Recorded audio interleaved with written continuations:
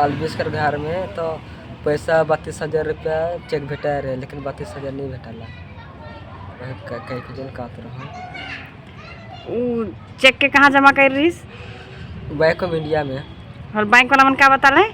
वो कहला कि 2-4 दिन के बाद आवे लगे कहीं के कहला, तो मनी आना लगे कहला। नहीं तो चेक में पैसा रहे कि नहीं रहे? नहीं रहे। तो कितना महीना कर सब पैसा रहे? 3 महीना का।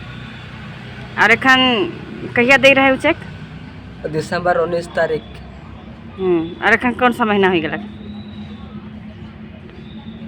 मार्च महीना। तो 3 महीना कहाँ कमाए जाए रही? गोवा चुखू बाट में।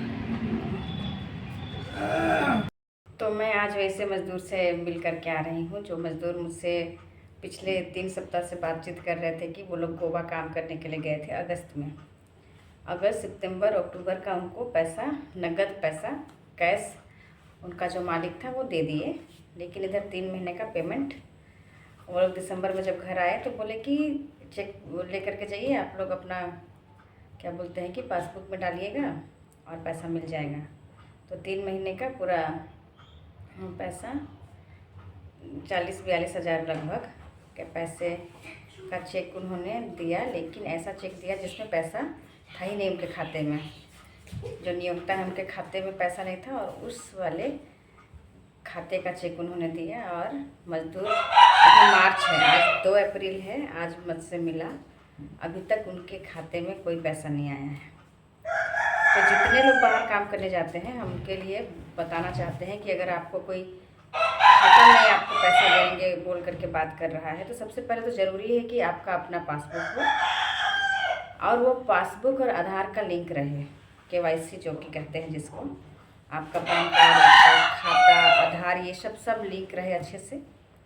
दूसरा है कि आप लोग जिनके यहाँ काम कर रहे हैं उनका सही नाम, कि जो आपको काम करा रहा है उसका सही नाम क्या है, जहाँ काम करने के लिए गए हैं, जिसको कार्यस्थल बोलते हैं, कार्यस्थल का पता बोलने से केवल ऐसा नहीं कि बस एक जगह का नाम जान रहे हैं, वहाँ का अगर आपको पिन कोड पता हो, अगर थाने का पता हो, तालुका मतलब प्रखंड पता हो, तो ये पूरा पता जो एड्रेस होता है वो आप लोग को जानना चाहिए। क्योंकि जैसे कि इस केस में अभी दोनों मज़दूर को मतलब कि पासबुक में पैसा आप लोग अपना मतलब कि आप लोग के पासबुक में पैसा आ जाएगा, चेक ले जाइएगा बोल करके बोल दिया उनका मालिक, लेकिन इन दोनों मज़दूर के पास में आज तक पासबुक ही नहीं है।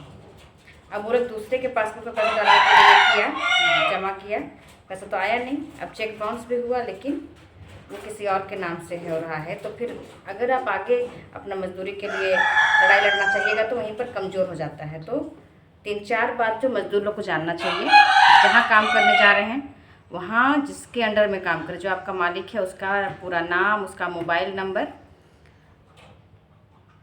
और फिर कार्यस्थल का पूरा पता बोलने का मतलब है कि पिन कोड, जगह, ये सब अच्छे से, कौन सा से मतलब कि रास्ते का नाम क्या है, अपार्टमेंट अगर है तो अपार्टमेंट का नाम क्या है, अगर उस जगह का कोई लैंडमार्क है, जगह का कोई चिन्ह है विशेष रूप से, तो वो भी दीजिए। क्योंकि ये सब नहीं होने की वजह से आधा से अधिक लड़ाई कमज़ोर हो जाता है, और मज़दूर लोग वापस लौटने के बाद में अपना मजदूरी उनको मिल नहीं पाता है।